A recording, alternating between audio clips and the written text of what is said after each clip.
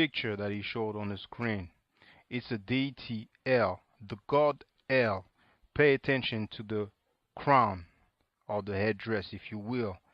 This is a picture from the front of the same statue, a little closer, and a little bit from the side here. Now, this headdress is actually the Atef crown.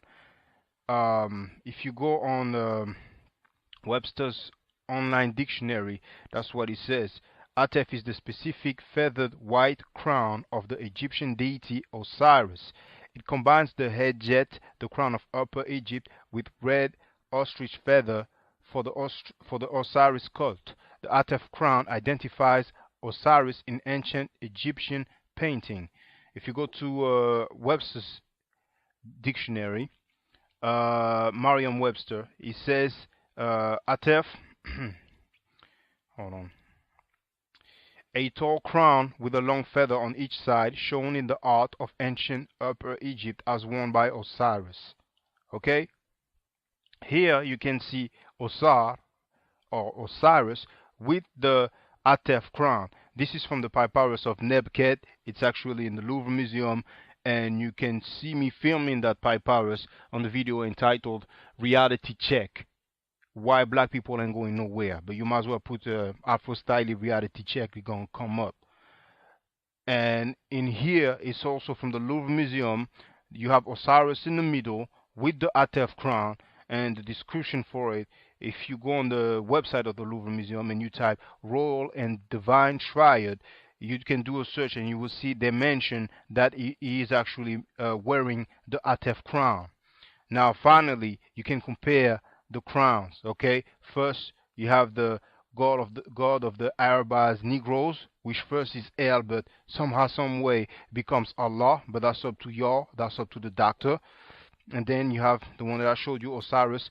Then again, from the front, compared with another statue of Osiris, and then finally the same statue from another angle. Biblical King's Seal discovered in dump site. This is the royal seal of the King Hezekiah. And here we have an Ankh. And finally, last but not least, you need to see it to believe it.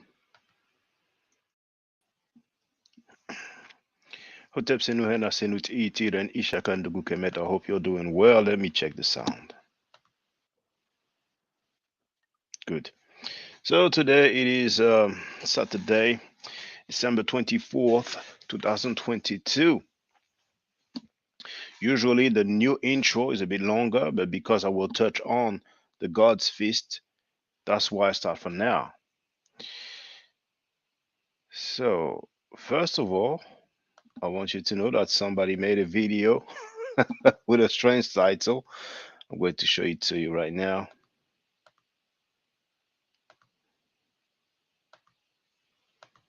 There it is. So, he has 299 subscribers. And the title, as you can see, is Shaka Ndugu Ma'at is dead. So he made a composite of my name and my YouTube account. My name is Shaka Ndugu Kemet. My YouTube account is Ma'at Forever. He's obviously someone of the Hebraic or Hebrew Israelite persuasion. We can tell by his name. Well, you don't need to put titles like that. But just for the record, just in case, this is what I'm doing. You see it anyway. Yes. So, greetings.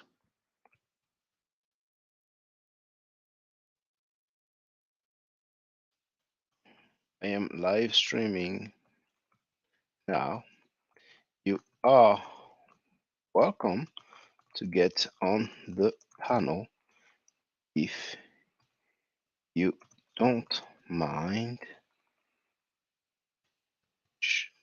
showing your face.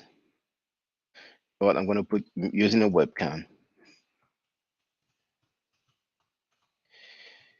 And I'm going to give him the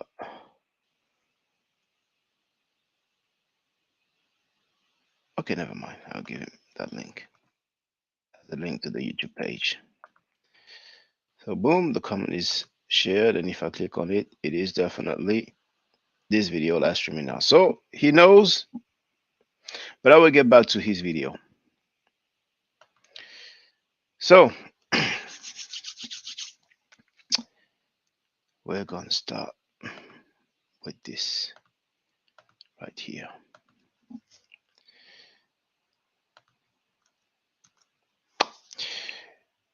I will show you another book that talks about this story of the god El getting drunk to the point where he does something quite strange.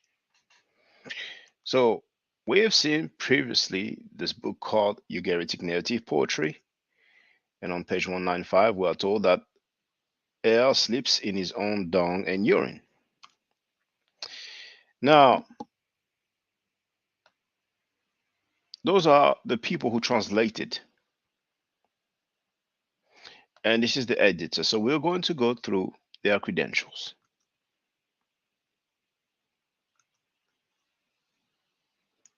So first, Mark B. Smith. Now we even share the links in the chat. So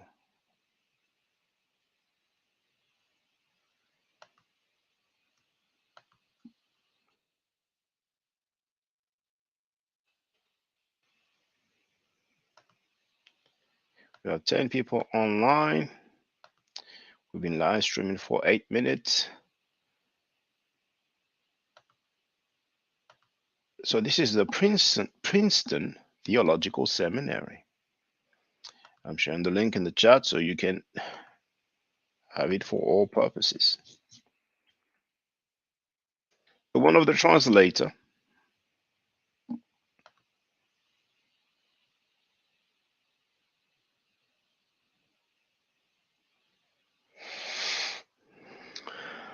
Mark B. Smith is the Helena Professor of Old Testament Literature and Exegesis at Princeton Theological Seminary. After obtaining master's degrees from Catholic University of America, Harvard University, and Yale University, he earned his PhD at Yale.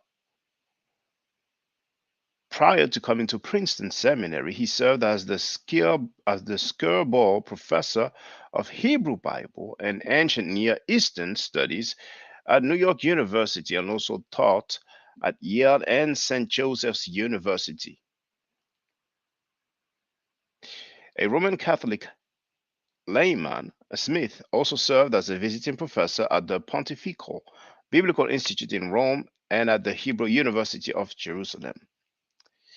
Smith specializes in Israelite religion and the Hebrew Bible, as well as the literature and religion of late Bronze Age Ugarit. He is the author of 15 books and more than 100 articles. His current research includes a commentary on the Book of Judges, co-authored with Elizabeth M. Block Smith, which is to appear in the Hermania commentary series. And you have selected publication here. All right. So we can safely say that he is official as a scholar.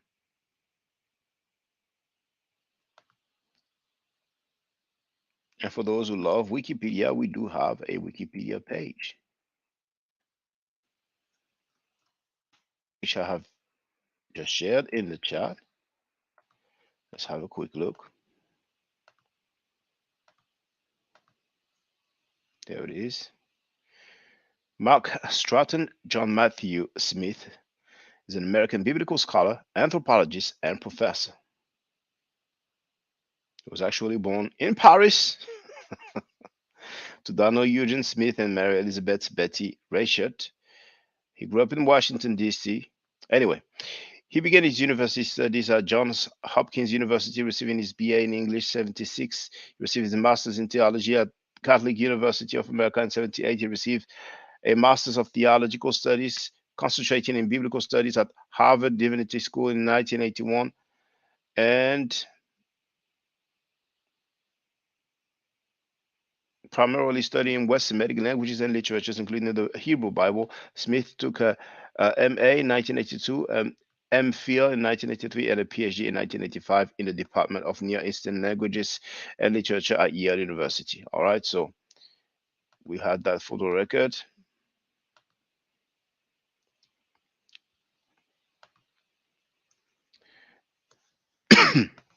Now, the other scholar on the list,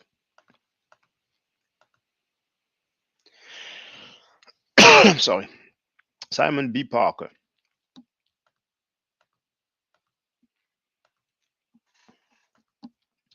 This is encyclopedia. I'm sorry, I'm gonna get something to drink. This is Encyclopedia Britannica.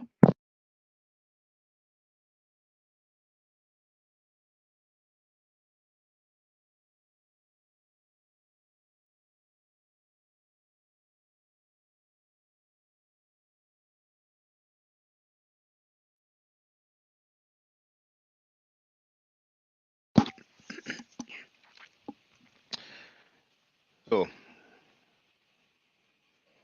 I've shared the link in the chat, and what does he say? Biography: Associate Professor of Hebrew Bible, Boston University, author of the pre-biblical narrative tradition.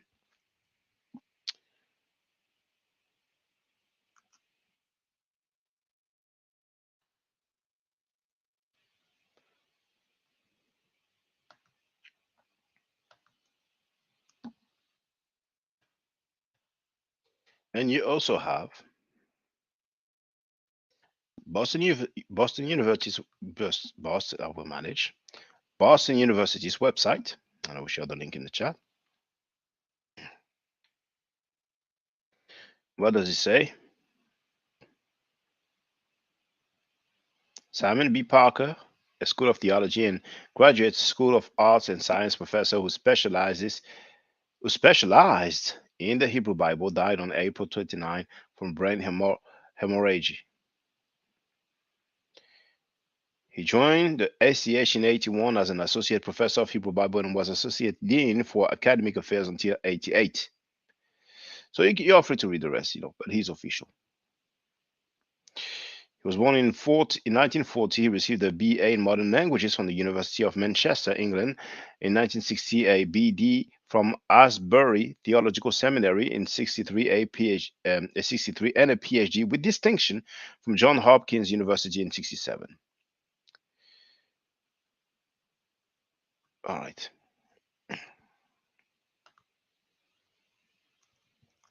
Now, who else do we have on the list as scholars? So far, it is definitely official. We have Edward L. Greenstein. So let's have a look.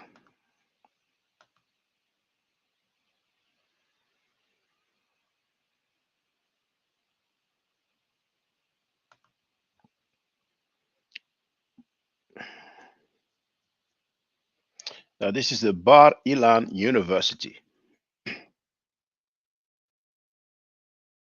And we can see that his list is listed there. And it's the Department of the Bible. I'm going to share the link in the chat for all purposes, for the benefit of the court. And this time I'm going to share another website called the Torah.com.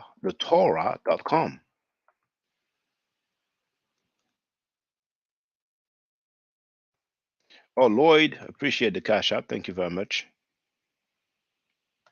Thank you very much. So, I do prefer paper, but I'm not going to be picky. So, on the Torah.com, what does it say about Professor Edward L. Greenstein? He's a professor emeritus of Bible at Bar Ilan University. He received the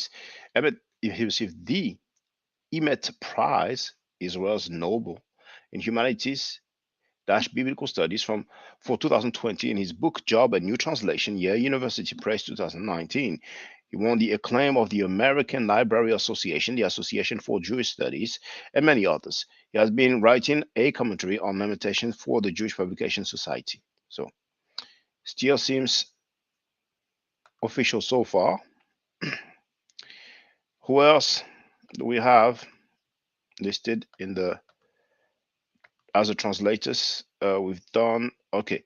Theodore Lewis I will do last, and now I'm going to do David Marcus.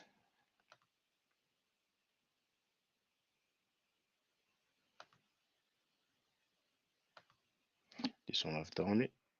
Okay, David Marcus. Okay, let me share the link in the chat.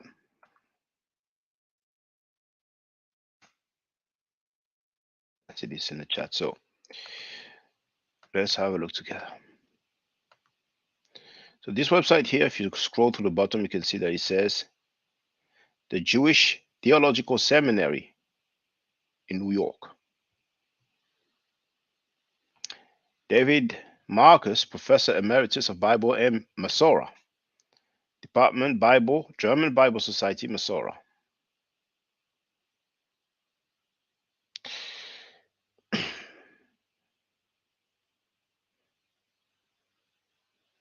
BA, Trinity College, Dublin. MA, Cambridge University. PhD, Columbia University. David Marcus is Professor Emeritus of Bible and Masorah at the Jewish Theological Seminary, teaching courses in Bible and ancient languages, including Babylonian, Aramaic, and Biblical Hebrew. His area of expertise is the Bible and the ancient Near East. Okay, you are free to read the rest if you want. And you also have him listed on the Biblical Archaeology Society online. And I'm going to share the link in the chat.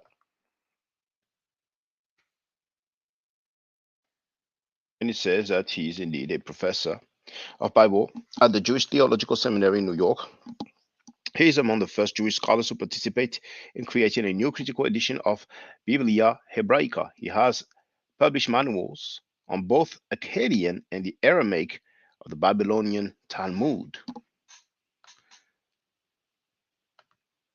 And last but not least, we have Theodore J. Lewis. I'm going to share the link in the chat.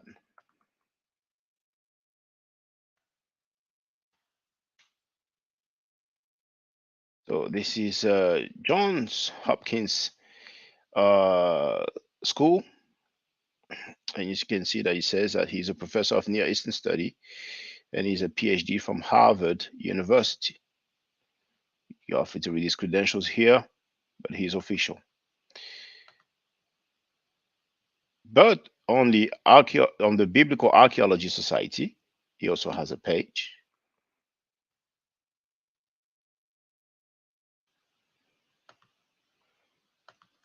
I'm going to share it in the chat as well. And what does it say?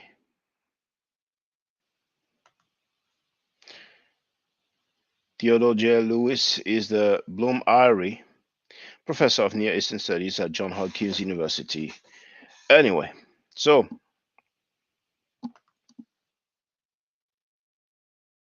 now we can get to the nitty-gritty. Now that we have seen that the sources, the authors are more than qualified, Theodore J. Lewis, he is the one who translated that text. And it says he sleeps in his dung and urine. Did I have John L. McLaughlin's credentials?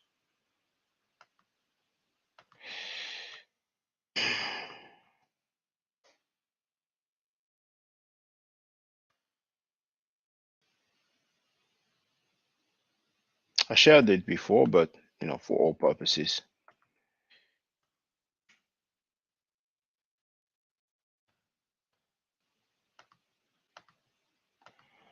Toronto School of Theology, and he says that he is a PhD. All right. You have a bio there.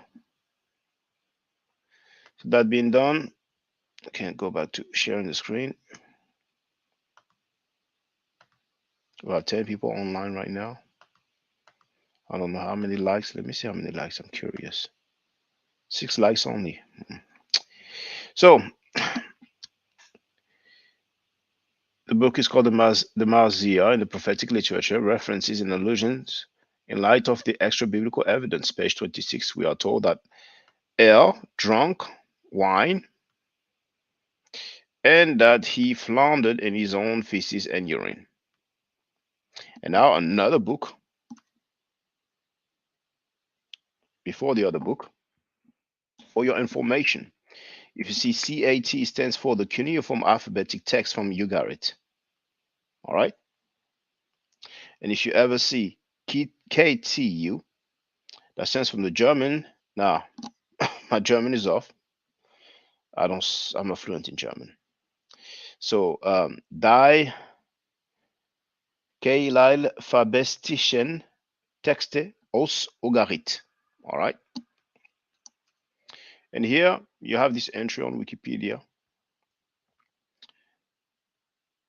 What is abbreviated as KTU is the standard source reference collection for the cuneiform text from Ugarit.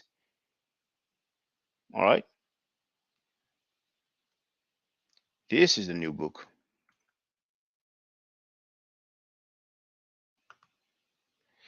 Where we have the same story. Now, religious text from Ugarit by N. Wyatt, and we are told at the bottom that he's a professor of ancient Near Eastern religions from the Faculty of Divinity, University of Edinburgh.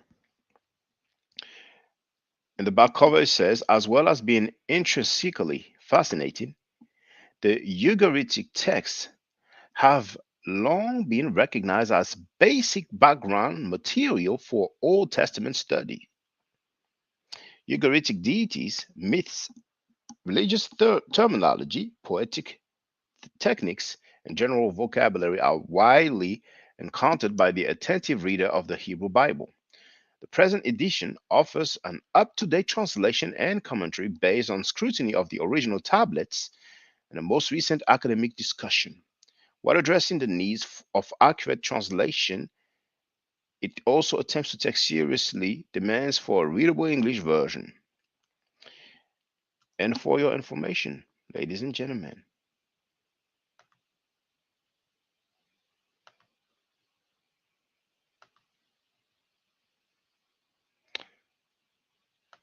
there it is.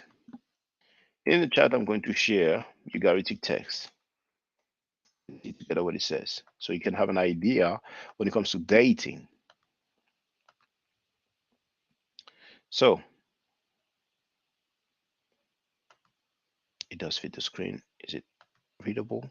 Yes, it is. Make sure you have the full screen mode. The Ugaritic texts are a corpus of ancient cuneiform texts discovered since 1928 in Ugarit, Ras Shamra, and Ras Ibn Hani in Syria, and written in Ugaritic, an otherwise unknown Northwest Semitic language. Approximately 1,500 texts and fragments have been found to date. The texts were written in the 13th and 12th century BCE. So we have an idea when it comes to timing. All right. And here we have the most famous of the Ugaritic texts displayed in the Louvre Museum, and it is called the Baal cycle. All right. And you can see that the Baal cycle is a Ugaritic cycle of stories about the Canaanite god Baal, a storm god associated with fertility. It is one of the Ugarit texts dated to circa 1500 to 1300 BC. All right, so you know about the date. Now I'm going to share the other screen.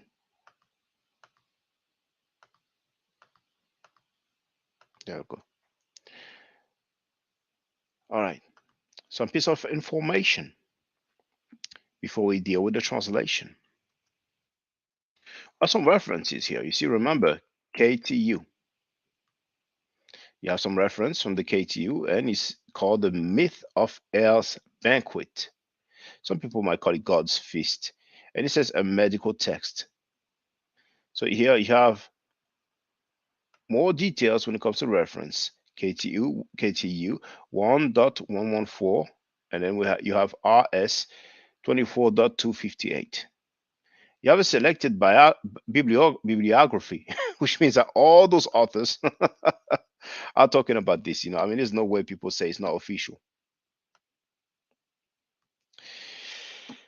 This small tablet, of which perhaps the bottom quarter is missing, which would amount to about 12 lines, is the form of a myth narrating a feast held by El in his temple, culminating in El falling down drunk and being carried off home in a state of collapse. The last 3 lines, separated from the main text by a faintly scored horizontal line, consist of medical instructions on how to cure a hangover. We tend to think of intoxication as a purely secular and disreputable matter. To the ancients, the effects of alcohol were understood to be a form of divine possession, and the consumption of copious draughts of wine was an important feature of cultic as well as social activity. Here was a form of worship into which all could enter with a will. In Ugarit, as in other, now WS stands for Western Semitic. In Ugarit, as in other Western Semitic societies, there was a regular institution established for communal drinking, perhaps a mixture of social club and religious association known as the Mazihu. Now, previously it was spelled Mazia. It's the same thing, just a different pronunciation. Texts such as KTU 3.9 detail legal procedures in the organization of such clubs, which were usually dedicated to a particular patron deity. Now, that's page 404 of that book here. Now, on the next page, it says, now Pope is an author, and this is the date of his publication. This is another author and the date of his publication. Sees this as evidence of a slighting of El in a history of rivalry between his cult and that of Baal, and a comparable view of the Moor, which is another author, who estimates that his shameful conduct is indicative of his impending downfall, are, in my view, equally without foundation. So this author and Wyatt thinks that it is without foundation. And he adds, this is not only to import an alien ethic, indeed, an absurdly moralistic posturing into the interpretation of ancient texts, but to misconstrue the symbolic parameters of this kind of mythology. El's behavior, like that of Thor, Soma, Zeus, and other gods, with gargantuan appetite for liquor, is regarded as heroic. You see, sometimes it's like that with religious people. We have 12 people online. When it's down to the religion, then it's cool. It's heroic to get drunk to the point of falling into your own urine and feces. But that's what this author says. Then it says the ethos is still alive in the Celtic societies in Western Europe. All right. And here, see on page 405, we have the reference when it comes to the line 1.114, or in his house, El gave a feast of game, the produce of the hunt in the midst of his palace. And you see all these numbers here? He breaks down the different words, the different vocabulary. So this is a very meticulous work that this author has done. And on page 406, it says, he cried to the carving gods. See, El is calling on all the gods. And what does he tell them? Eat, O gods, and drink. And it says, drink wine. Now, when you have that, it means that the tablet must have been damaged. So they presume it's spelled wine, but sometimes you will see brackets like this. So drink wine until satiety, foaming wine until until intoxication. El, the biblical El, the God of the Hebrew Israelites, who are doing cultural appropriation by claiming that the Hebrew Israelites were black. Same as we're not black, brothers and sisters, in case you didn't know it. I've been stating that since more than a decade.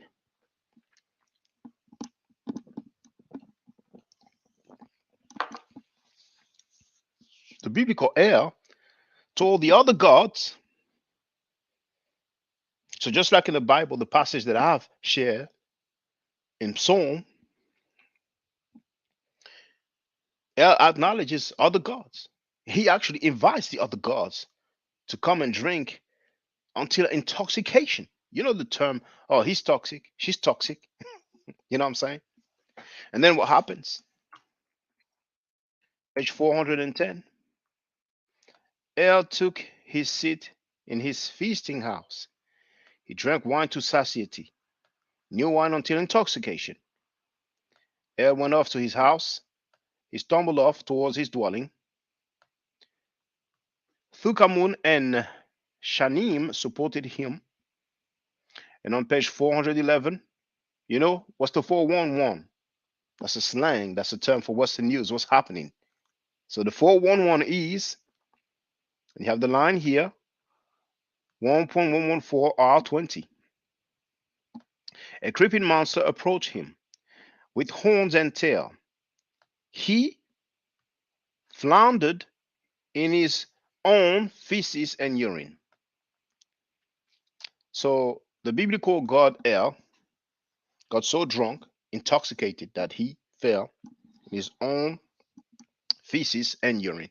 This is the third book that I show you, giving you that translation.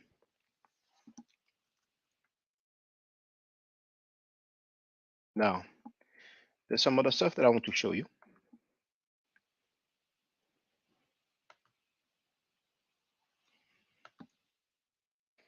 Join this link in the chat, and I'm going to put it on the screen. So some people might say, this is not the God of the Bible.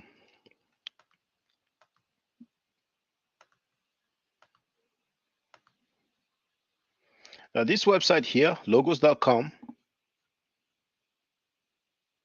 sells a Ugaritic library of 12 volumes for $429. And this is what it says here. Overview. The Ugaritic, let me see, sharing. Yes, it is. So we have 12 people online now. How many likes do we have? 10 likes. That's better. That's better. So it says, the Ugaritic library contains a complete corpus of Ugaritic texts together with aids and indices to better illuminate these ancient writings and the Hebrew Bible.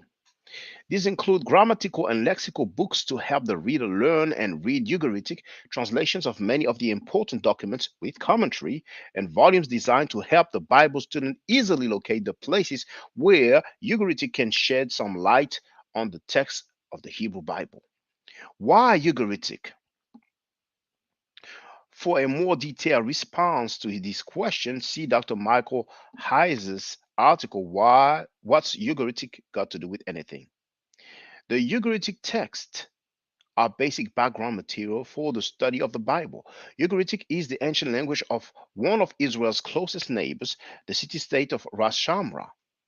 Located in what is now Syria, Ugaritic is from the same family of languages as Hebrew, Northwest Semitic. This means the Ugaritic texts are closely related to the Hebrew Bible, both linguistically and culturally.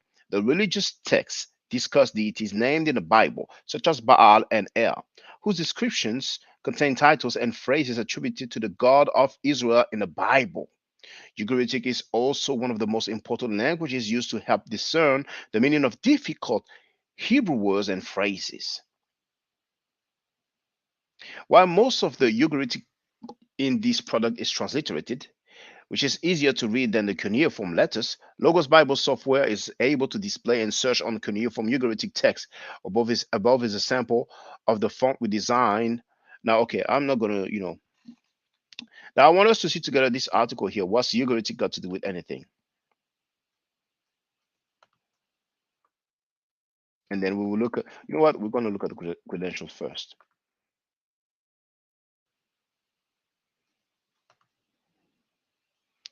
So in the chat, I'm sharing first a Wikipedia's page about this individual, this scholar. There it is. So Michael S. Heiser is an American biblical Old Testament scholar and Christian author. His area of expertise is the nature of the spiritual realm in the Bible, namely the divine counsel and hierarchy of the spiritual order. He is executive director of the School of Ministry of Celebration Church in Jacksonville, Florida. He was a distance learning professor at the Liberty University and Midwestern Baptist Theological Seminary. Until 2019, he was scholar in residence in Faith Life Corporation. So the rest talks about his current activity. He has a podcast and all that, you know. Yeah, I think he even has yes, he has a YouTube page, and his YouTube page I think has about 100,000 subscribers. So he's quite a large channel. You see, 110,000 subscribers. Check out 100,000 subscribers. He still has 10,000 subscribers, and that's difficult nowadays to have 10,000 subscribers when you are by yourself. So there's also his website. I'm going to share in the chat. 14 people online now. And his website says, "Who am I? I'm a graduate of the University of Pennsylvania, MA Ancient History, and the University of Wisconsin-Madison, MA PhD Hebrew Bible and Semitic Studies. He has a dozen of years of classroom teaching experience on the college level and another 10 in distance education." All right. So with that, now we can go back to the article.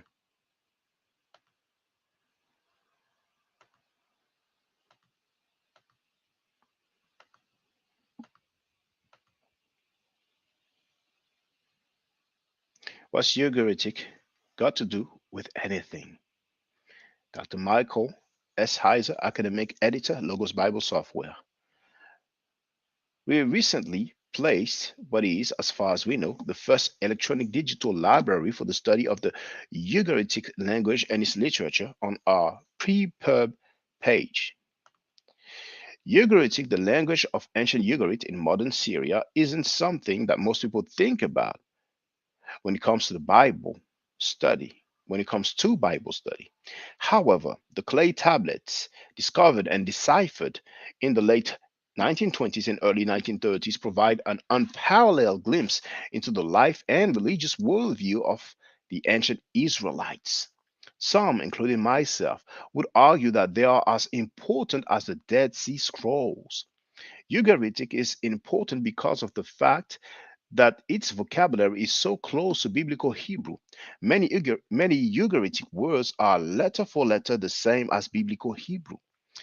It is the region of Ugarit, however, that is especially important to Old Testament scholarship.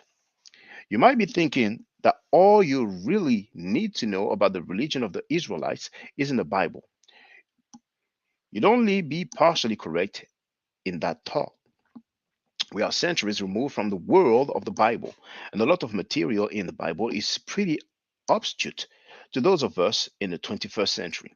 Those who wrote the Bible weren't writing for a technological society, and so words, phrases, descriptions, and concepts that were completely familiar to an Israelite are lost on us. There's also the matter of the kinds of ideas that were floating around in Israel from other regions. I'm sorry, other religions like Baal worship that were being embraced by people who were supposed to be following the God of Israel. You have to wonder why, to paraphrase Elijah on 1 Kings 18:21, Israel kept halting between two opinions as to who was the true God. The ancient literature of Ugarit sheds a lot of light on these issues and others. Hey, the library contains three thick books of parallels. The destruction of Ugarit can be accurately dated to around 1200 BC, which means that these tablets and the ideas they convey were around earlier than most of the books of the Hebrew Bible. Given that chronology, scholars were startled to find so many striking parallels to words, phrases, pericopes, and ideas previously known primarily or even only from the Hebrew Bible. In the years prior to the discovery of the Library of Ugarit, especially the late 19th century, scholars of the Hebrew Bible and the languages of the ancient Near East presumed that Mesopotamian religious texts provided the best parallels to those found in the Hebrew Bible. It was at that time he knew he messed up. I'm joking. It was at that time that the cuneiform tablets of works such as the Gilgamesh epic and Atrahasis, the flood story, were first translated, revealing similarities to stories in the Bible in written material centuries older than the Bible. After the discovery of Ugaritic, the idea that Israelite beliefs came from foreign civilizations in Mesopotamia was abandoned. The Ugaritic text showed that people in Canaan, even during biblical days, were quite literate, a realization that was important since the oldest manuscript evidence for the Hebrew Bible at the time dated to roughly 1000 AD. Like everyone whose doctoral work is in Semitics, I took Ugaritic during graduate school. It was a life changing course because it opened up the Hebrew text and Israelite religion to me in so many ways. I'd like to share one of the observations made by scholars that has profound implications for the biblical theology of both testaments. And we don't have a brother who knows the cuneiform writing. He is called Chuck Morgan. You can look him up online. I'm going to share his YouTube page. Um, he was supposed to be on Sanet's channel, but on Friday, but I think he must have been canceled. Here, Chuck Morgan, I'm sharing his YouTube page in the chat, and also I'm going to look for the presentation he made about the Sumerians, about whether or not they were black. Now, popular Sumerians, where is it? Okay, I'm gonna search within this channel then. I'm gonna type Sumerians. There it is. The Sumerians were they black? Oh, it's a nice one. So I'm gonna put the title though.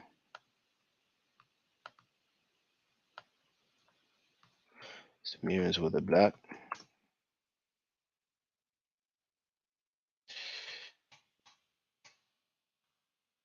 And I'm going to share that in the chat. There it is. You have it there. He also has a website.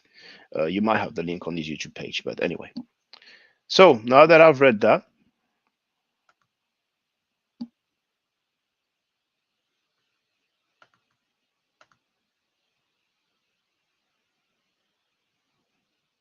we can look into El. Because once again, some people might argue, well, this is not the El of the Bible.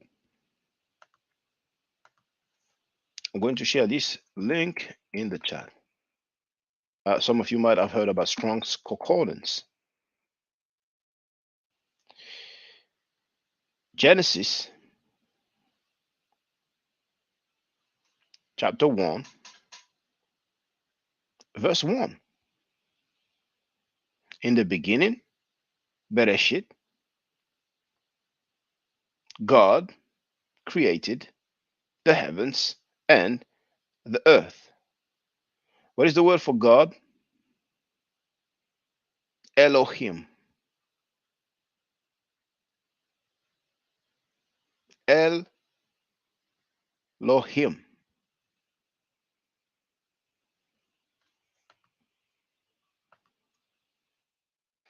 If you look at the name Israel, those brothers call themselves Hebrew Israelites, right?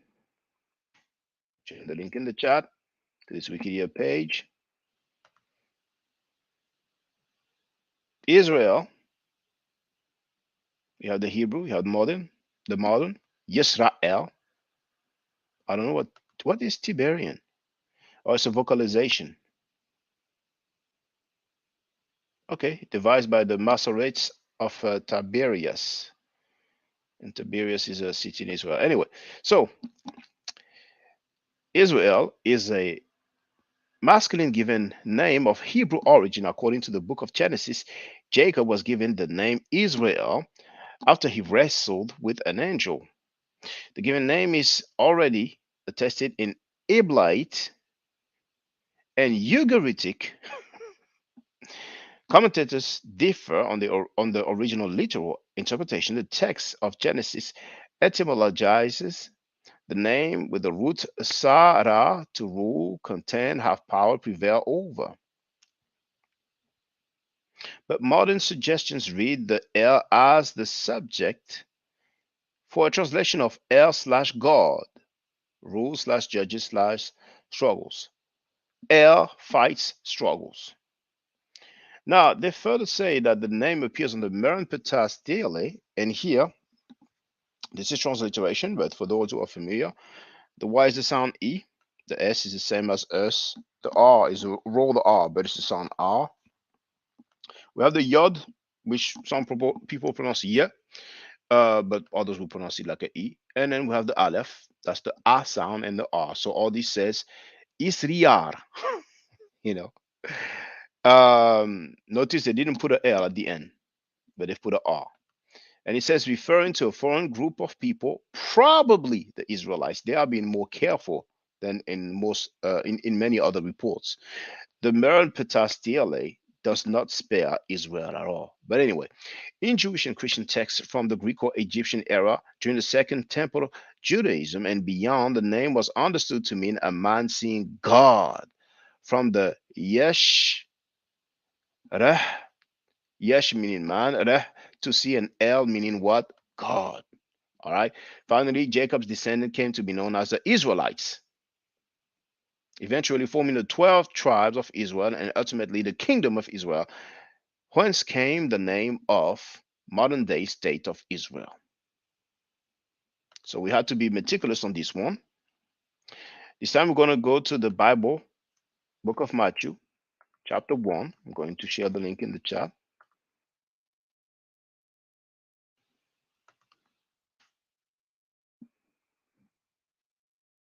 All right. Now what does it say? Verse, is it what, 23? Yes. Verse 23. Behold, a virgin shall be with child, and shall bring forth a son, and they shall call his name Emmanuel, which being interpreted is God with us. So El is God. Even in the Bible, it says so.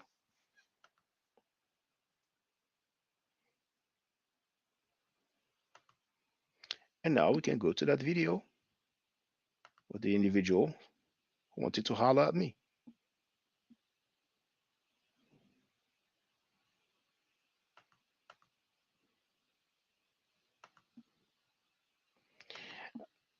I don't celebrate Christmas, but he can see that as a Christmas present because I'm going to help him to step his game up. So let's listen together. Street and spoke to people. I think that even if people don't say, well, today Jesus Christ, Yeshua Christos, died, at least they will say, well, today, you know what? There was an earthquake and eclipse, because they were literate people back then. Yeah, talk to me. Do you see? Now let's see if they speak of that.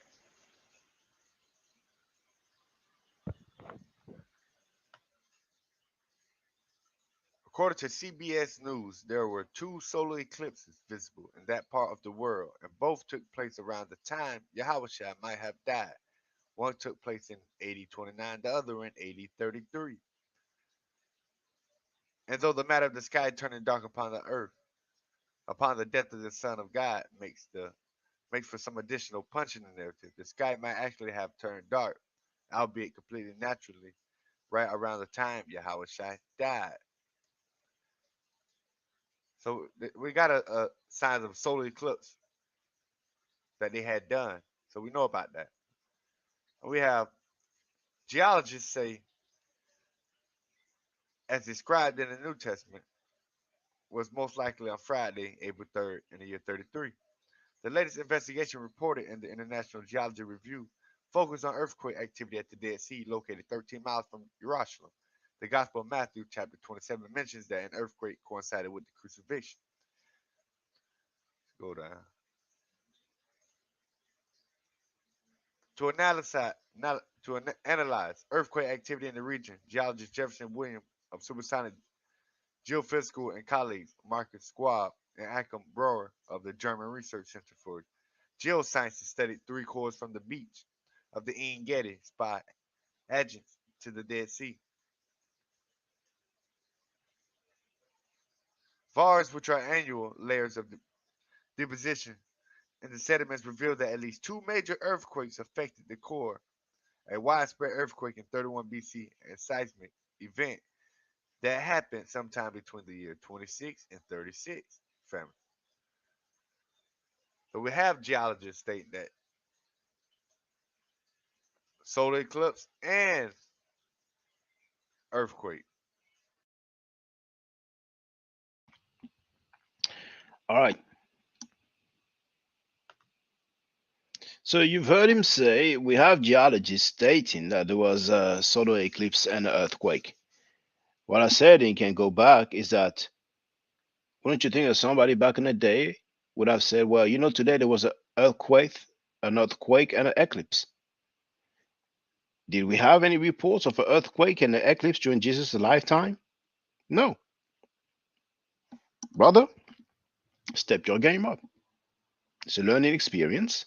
And I encourage you to seek, because who knows, you might find something that all the biblical scholars and all the archaeologists and all those people who've been found in digging in the desert have not found, and you might become world famous. Seek and you shall find. I think it's written in the Bible, but it's the same. So I encourage you, really. It's your faith, it's your belief, it's your religion. Search for it. But you just quoted two different articles, one talking about an eclipse and another one talking about an earthquake. And this is not from the time. You know, the geologists looked at some um, of the material, and they determined that, okay, this might have happened. But what about the people who live there? Do we have any reports of somebody during the lifetime when this thing occurred that said, well, you know what, today there was an eclipse and an earthquake? Don't take it wrong. I don't mind criticism, but it's safe to say that your argument is very, very weak. And it's not just for that young brother, but for everybody else. You have the right to critique what I say or what anybody says, but try to be a bit more thorough. Let's continue.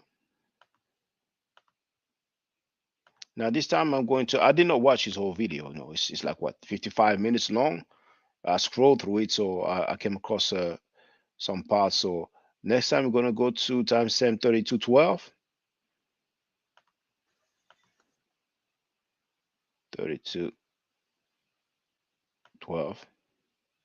And we go down here, okay. The fifth fragment from K7 at Qumran. Colligan tried to fit it into a genealogical text of the Septuagint, unsuccessful. In following up that clue, he struck on another word frequent in the New Testament that contains the same four letters, Tenopet and Gennesaret. He soon came to the conclusion that 7Q5 corresponded to Mark. Within 3 hours, he went on to identify 8 more fragments. Okay, really what I want you to see here, you might need to go on full screen mode.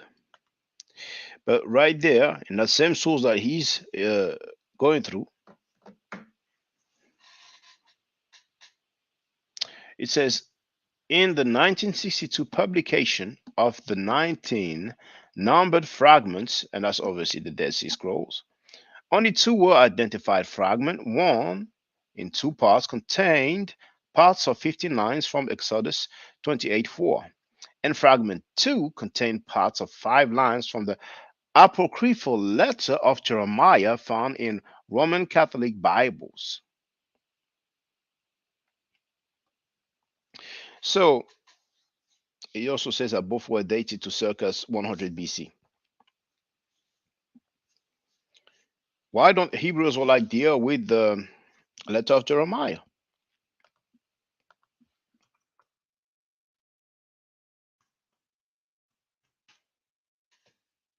And when people talk about the Council of Nicaea,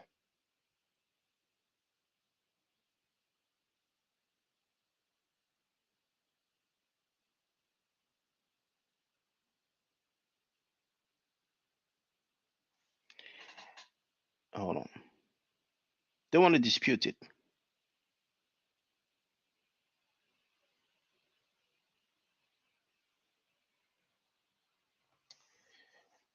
In this article right there,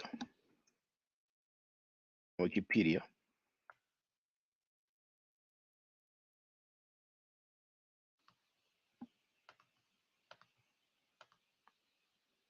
it says, although the letter is included as a discrete unit in the Septuagint, there is no evidence of it ever having been canonical in the Masoretic tradition.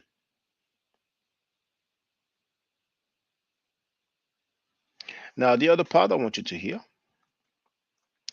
is going to be minute 34:51. Where is this stuff? Oh yeah, I have to share. Yeah.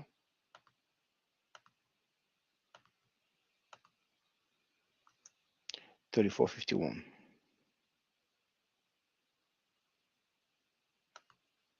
You know. Now Reggie wrote, Hebrews are so stupid. If the Medu Neter was not deciphered, and he meant to write obviously Paleo Hebrew would not have been deciphered. I mean, to me, it's amusing when people claim that it hasn't been deciphered, because many times I say, why would people say that the Hebrew is deciphered? But Is Reggie right? Is Reggie right? I agree with him on that. Smash, you agree with Reggie? Yeah, Reggie, right, man. Come on. All right. See, that's the question Judah should be asking. He's a Hebrew Israelite. Well, let's break that down, right? I asked him to have a conversation with Right, Apostle. but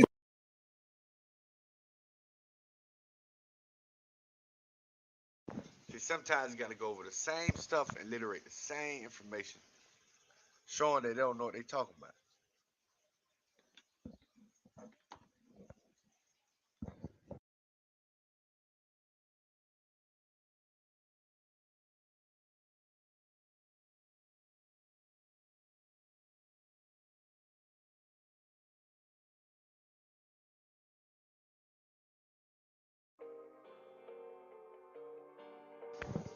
A history of Ebla family. In 1964, Italian archaeologist mission led by Paolo Mattei began a dig at Tel Medar in Syria.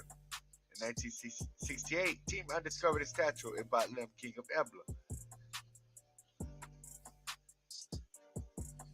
Go down.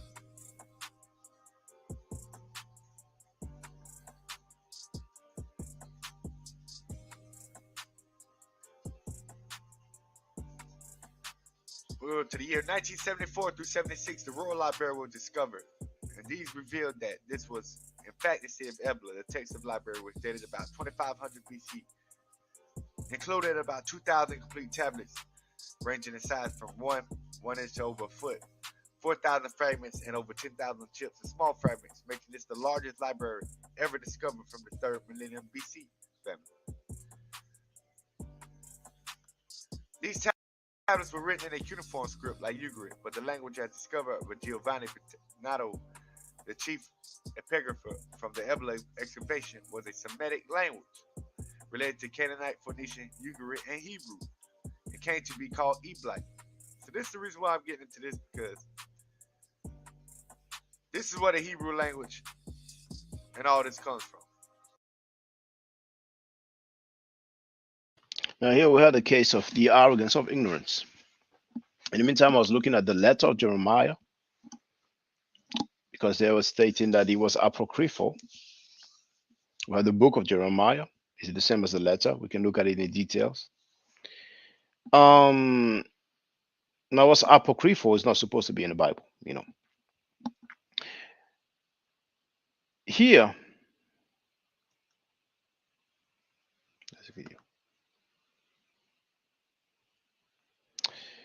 It says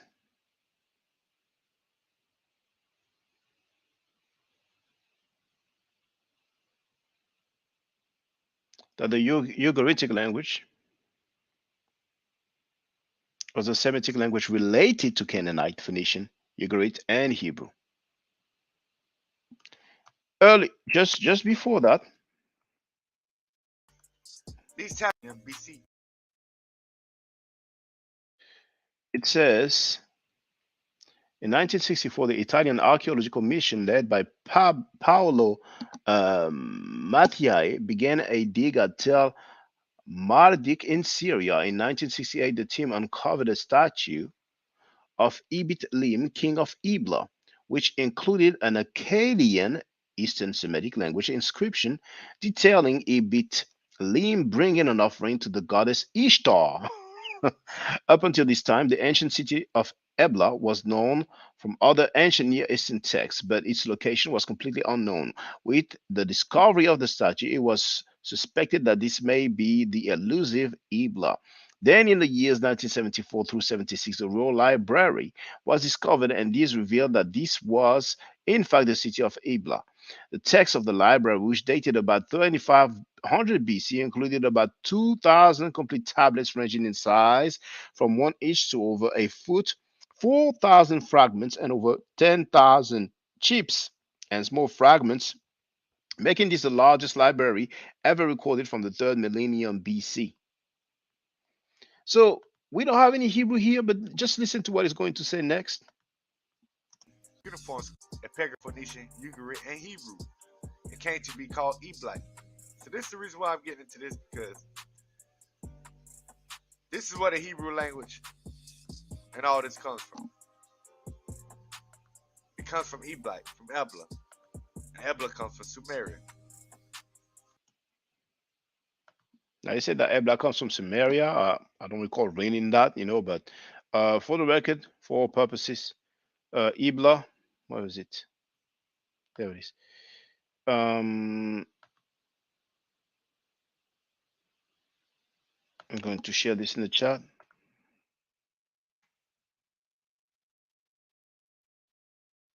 For all purposes,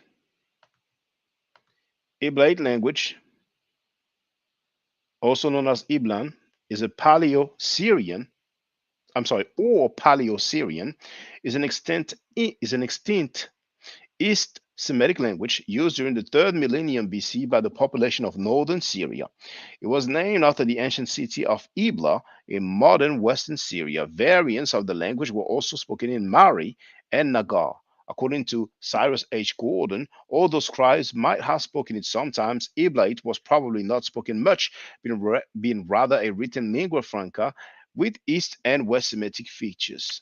The language was discovered through cuneiform tablets found in Ebla. So this has nothing to do with the Hebrew language so far. And then we're going to finish with this individual.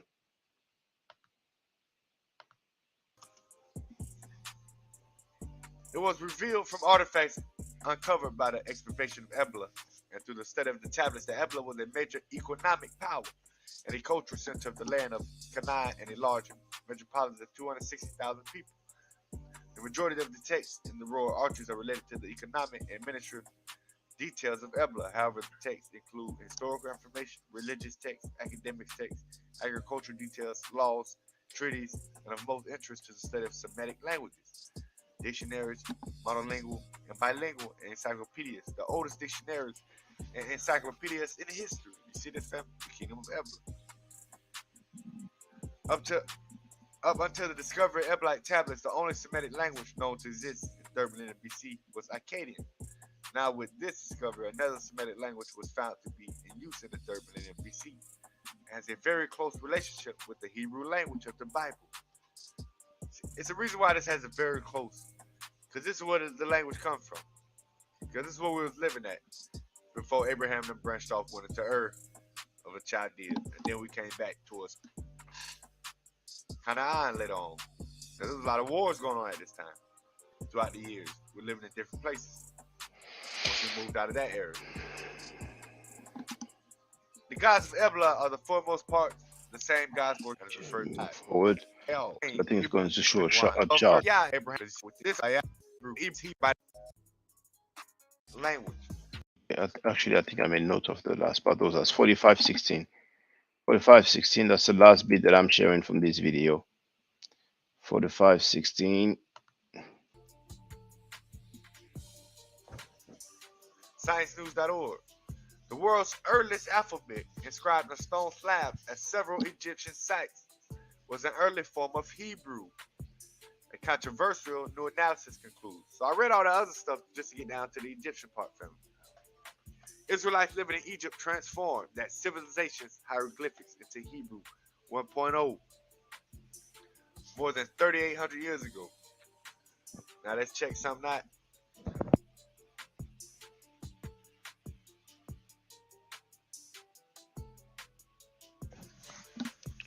I'll go back to the article. Living in There it Egypt. is.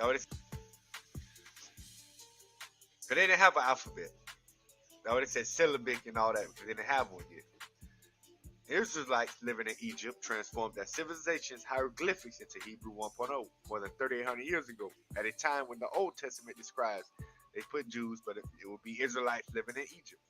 Says archaeologist and epigrapher Douglas Petrovich of Wilfrid Laurier University at Waterloo, Canada.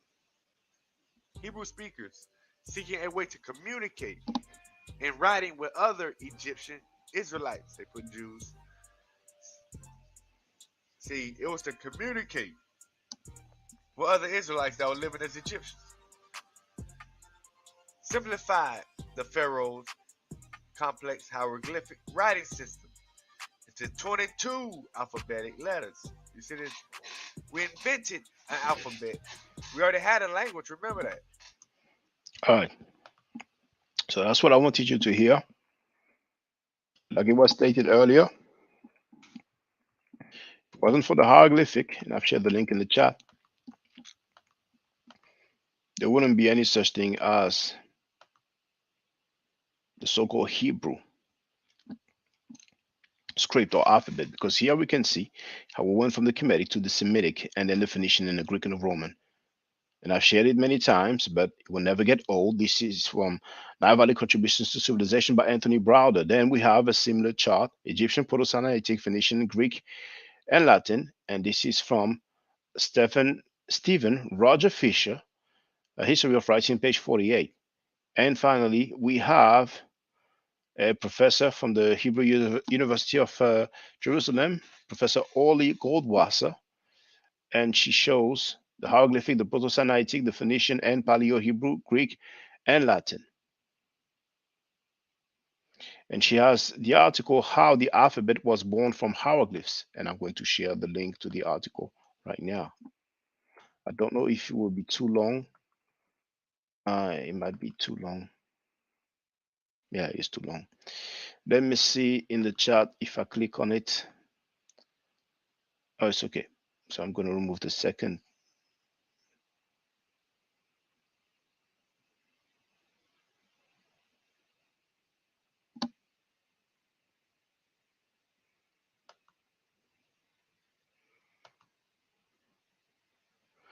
Okay, so the article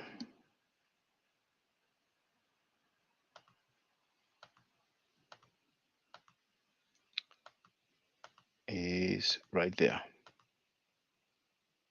How the Alphabet Was Born from Hieroglyphs, Biblical Archaeology Review. And he won an award of the best of Biblical Archaeological Review for 2009/2010. Here we have Hathor. Is that one Petrie?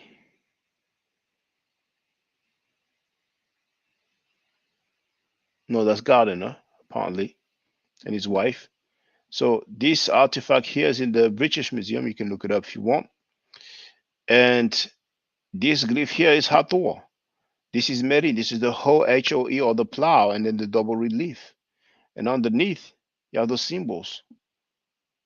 So this lady went into great details. This professor, she went into great details. You see that? This Asiatic man depicted on the wall of the Beni Hassan. So this is of course a reproduction. But these are your Canaanites. That's what they look like. So anybody is talking, black Hebrews were like, it's a hoax, it's a falsehood. Now, many times I told you about this. The mushroom hairdo, typically on the depictions from Kemet, the Asiatics, including the Canaanite, will have this Asiatic hairdo. So once again, and she even mentions the cuneiform alphabet at Ugarit. So Ugarit is, all through we've seen how important the Ugaritic tablet or cuneiform writing, how important they are. But this young brother has a belief, and he was just trying to defend it with a very antagonizing title. But there's no need for that.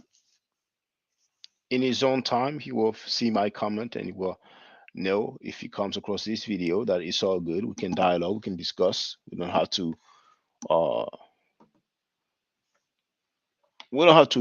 have titles like that. It's not really necessary, but whenever you want, you can, if you're okay to show your face, to use a webcam, then feel free, we can talk about it. But you need to step your game up, because right now it's not solid. It's not based on solid foundation. But if you ever happen to come across a text from the last time of Jesus where somebody said that there was an eclipse and an earthquake, then feel free to be my guest. You will be world famous, and that's going to be beautiful and lovely. But in case you didn't know, there's no record for Jesus during his lifetime. So I'd be to swallow. And then decades later, we'll have mentions of an Oten one, or Christos. We don't even have the first name Jesus. That comes even later on. And Paul's writings are earlier than Jesus' writing. And we don't even know who wrote the Gospels. Everybody can go to the bottom of the page on my website. And here, Christianity, Jesus Christ in the Bible. Gospels, we don't know who wrote them. This is by Ehrman in his book, Did Jesus Exist? And he wrote, it is also true that we do not know who wrote the Gospels, although they are attributed to two of Jesus' disciples, Matthew, the tax collector, and John, the beloved disciple, and to two companions of the apostles, Mark, the secretary for Peter, and Luke, the traveling companion of Paul. These inscriptions are almost certainly wrong. Something similar obtains for most of the rest of the New Testament. Of the 27 books found in the New Testament, only 8 of them almost certainly go back to the authors to whom they are traditionally ascribed. Either the authors are all misattributed to people who did not in fact write them, or they were actually forged, that is, written by authors claiming to be famous people while knowing full well there was someone else. Again, I have dealt with this issue more fully elsewhere and do not need to go into all the details here. The one thing we can say with some assurance about the gospel writers is that even though Jesus' own followers were lower class Aramaic speaking peasants from rural Galilee, were almost certainly illiterate, the Gospels were written by highly educated Greek-speaking Christians who lived outside Palestine. They were not Matthew, Mark, Luke, and John. I didn't say it. Dr. Bart Ehrman, PhD, said it. So I'm done. If somebody wants to holler, feel free. I'm going to let the opportunity for those who want to come and say what's up to do so. So they won't say, well, I was about to come in and give him that word, but he left, he ended the live stream. You know how people are. So that's going to be out of the way. In the meantime, I think we're going to get something refreshing to drink, and it's not going to be alcohol because I don't want to go and get drunk and intoxicated like the god El. To each his own. I don't consume alcohol. It's not against the law to do so, but I just don't. What can I play in the meantime? This one? We haven't brought closure. to Karinga. We let him build a holiday. The same one who set up Black Panthers in ambushes at UCLA and other places. The same one who tortured his wife and another woman brutally, sticking bottles in their vagina, using electrical shocks. And the FBI saved him. And stay tuned for people who care about the community, who care about the people. So they will help us to shed some light and clarity regarding people who allegedly molest children, sexually abuse children. Since I've been a part of this conscious community, sexual misconduct has been condemned and vilified almost unanimously. We saw the rise and fall of Dr. York. We had Hebrew Israelite, the brother by the name of Mighty Hebrew. He was convicted, I think, twice for sexual behavior against minors. He was widely condemned by the Hebrew Israelite community, but apparently forgiven by the Israelites, because I see him all over the place right now on everybody's channel. Another brother by the name of Nazi Yashavel, another Israelite, also involved in sexual misconduct with a minor. We have no idea where this brother is, but he's been sheltered somewhere by an Israelite group. So I'll be back. I'm going to play this, which is 3 minutes long. So Shabazz was not permitted to stay in that area, so he took his family into the jungle of East Asia, which we now call Africa, to make a people close to nature. And the Honorable Elijah Muhammad said, this is the origin of kinky hair, because we didn't have kinky hair prior to that. The hair on our head was like the hair on our eyebrows. The hair on your eyebrows straight, the hair on your head is not the same as the hair on your eyebrow. But the hair of every other people is the same as their eyebrow. Your eyebrow straight, your hair something different. Wouldn't you like the hair on your head to be as straight as the hair on your eyebrow? That's why you're so busy frying it. That's why you're so busy pulling it. Because your nature tells you that the kink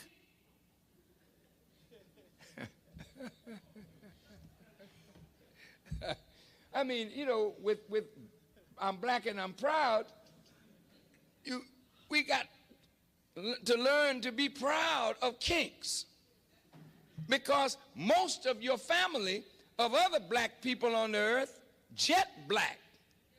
They didn't have no broad nose and thick lips and kinky hair.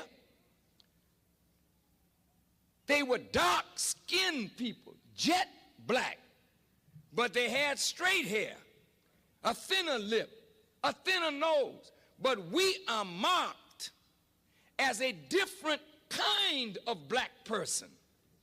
And we were rejected and despised, not only from the circle of the gods, but we were despised and rejected by all the other dark people of the earth. This is why today black people with kinky hair and broad nose and thick lips are rejected in every society. I want you to hear me well tonight. Yes, sir. Why are we rejected? Because the essence of beauty is in obedience and submission to God. And the essence of ugliness is when you rebel against God. And when you rebel against God, in your rebellion, you are marked with a certain mark of your rebellion, which is the disfigurement of your internal self, which manifests in the disfigurement of your external self. And this is why when you look at our people, wherever we are found on the earth, you find us either disfiguring ourselves physically because we are disfigured on the inside because of rebellion. Yes, sir. Go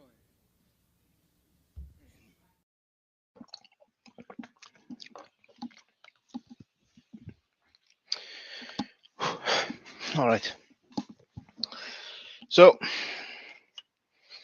wait a few minutes. There's nobody. Then I'll call it a day.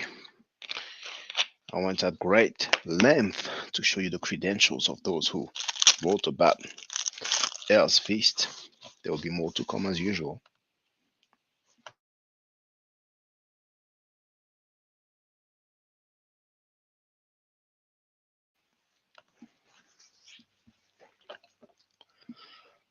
Tell me what's up.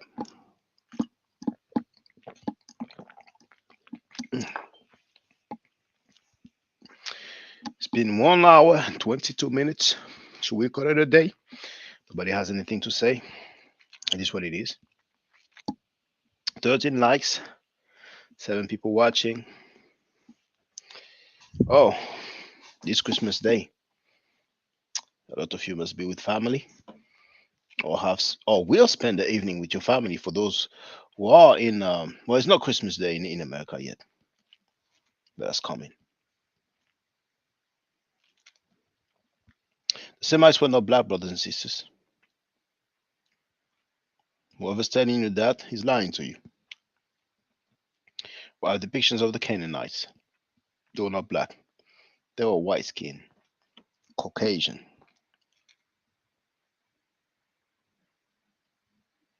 Caucasoids of Caucasian stock. And we have to come to terms with that. I've been asking people to show some black Canaanites and are able to do so.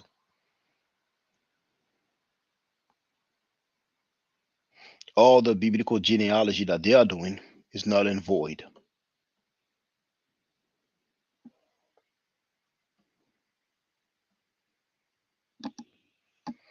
Okay, well, nobody's there. It's cool. Thank you once again to the brother who sent that cash app. And he sent it early on. Some people do appreciate the information, the real information, because the people who teach you that you are disfigured mark and all that, they get the millions of dollars. But to each his own, So, for those who don't know, I'm giving Medu Nature classes. There's one thing though. What was the title though? Oh, there it is.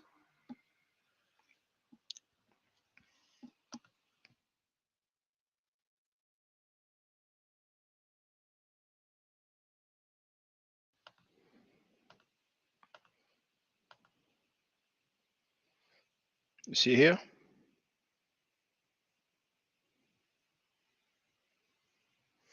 The Rylance fragment P52.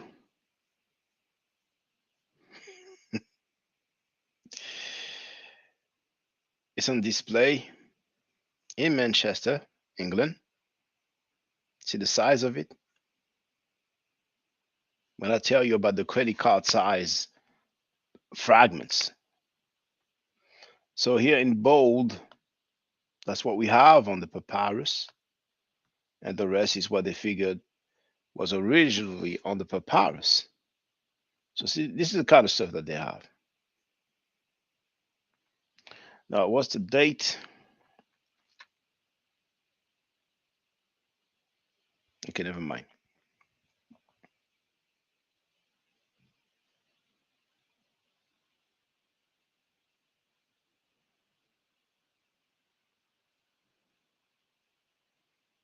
Second century anyway. I mean, look at all these people who have proposed some dates.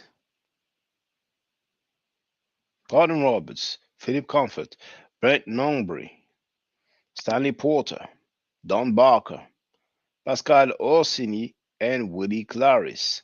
John Rylands Library, that's where it is located.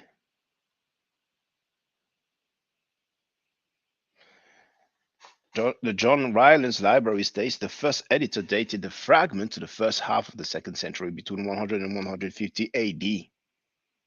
The date was estimated paleographically by comparing the handwriting with other manuscripts. However, paleography is not an exact science. None of the comparable biblical manuscripts are dated, and most papyri bearing the secure date are administrative documents. Recent research points to a date nearer to 200 AD, but there is as yet no convincing evidence that any earlier fragments from the New Testament survive. But we have records for but they value this. So if you value this lovely, great, mighty, orderly,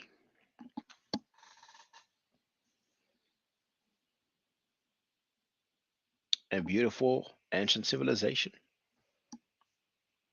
then I can help you getting familiar with the language. When we will have more people, I will share videos from different museums again, because I still have some left. There's still some other museums that I'm planning on going to. And not only the video, but like I said many times, what I'm looking forward to is do like I used to, which is show the pictures from the museums and us going through the text and reading together. But we don't have enough people. So-called Kemetic people are busy pleasing everybody. And they are just Kemetic by title. But it's okay. We're going to separate the fake from the real, and we're going to progress. We're going to get some clarity, and we're going to progress. All right. So stay safe, stay healthy. I don't argue, I state facts. If I'm allowed to, Brother Necheru, I will definitely holler back at you. If you're not part of the solution, you're part of the problem. Dua Necheru. Hotep. Now, for the record, for those who don't know, I'm giving Medu Nature classes. And here, that's the flyer. Okay? So, those who are interested, feel free to holler at me. If you're not interested, it's cool. But I recommend that everybody who has not yet seen the video, Kemet and Ma'at, Before Judaism, Christianity, and Islam, then watch it. It has about 300,000 views and really deserves to have a lot more. I just want to let everyone know who's listening in now and who's going to listen to this stream in the future. I just had my first Meta Netia class by Brother Shaka today, and I've had other Meta Netia lessons by other teachers, and I can tell you right now, the brother is the best in the game. He is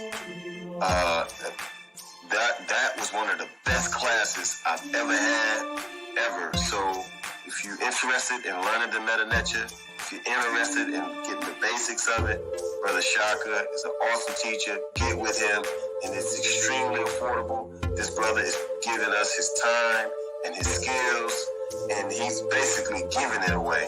I mean, I just consider it a donation. You know what I'm saying? So if anybody's interested in learning the Meta Netia, get with this brother right here.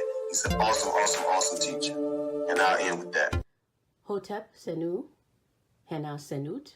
This is Julie, also known as Servant of Yah, and I'm currently taking the Medu Netia classes with Brother Shaka, and it has been an amazing experience. Only 2 lessons so far, and I feel like I've been taking the classes for months, just with the how in depth he goes into the vocabulary words, the construction of the language, the grammar. It's been immeasurable, the experience. And one thing that comes across, hands down, is his extreme passion for teaching this to anyone who is willing to learn and has an interest in learning.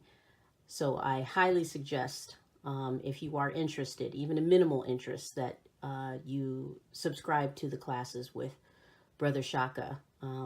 It's such a nominal amount for how much you get. I know like our last class was over 2.5 hours. It felt like 2 minutes, but because that's how, involved you are in what he's teaching and how he teaches and how compassionate he is about what he teaches. Also with sharing materials free of charge, no question, no doubt. It's just what he does. He doesn't have to, but he does.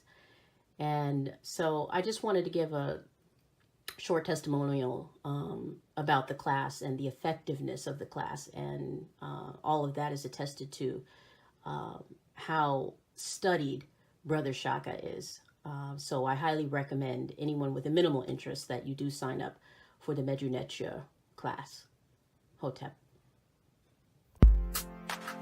Don't forget to subscribe to my channel, which is Ma'at Forever. Don't forget to watch the video entitled Kemet and Ma'at. Don't forget to share Kemet and Ma'at for my channel on Twitter, Facebook, Instagram, WhatsApp, or other social media that you use. Email, text messages, you name it.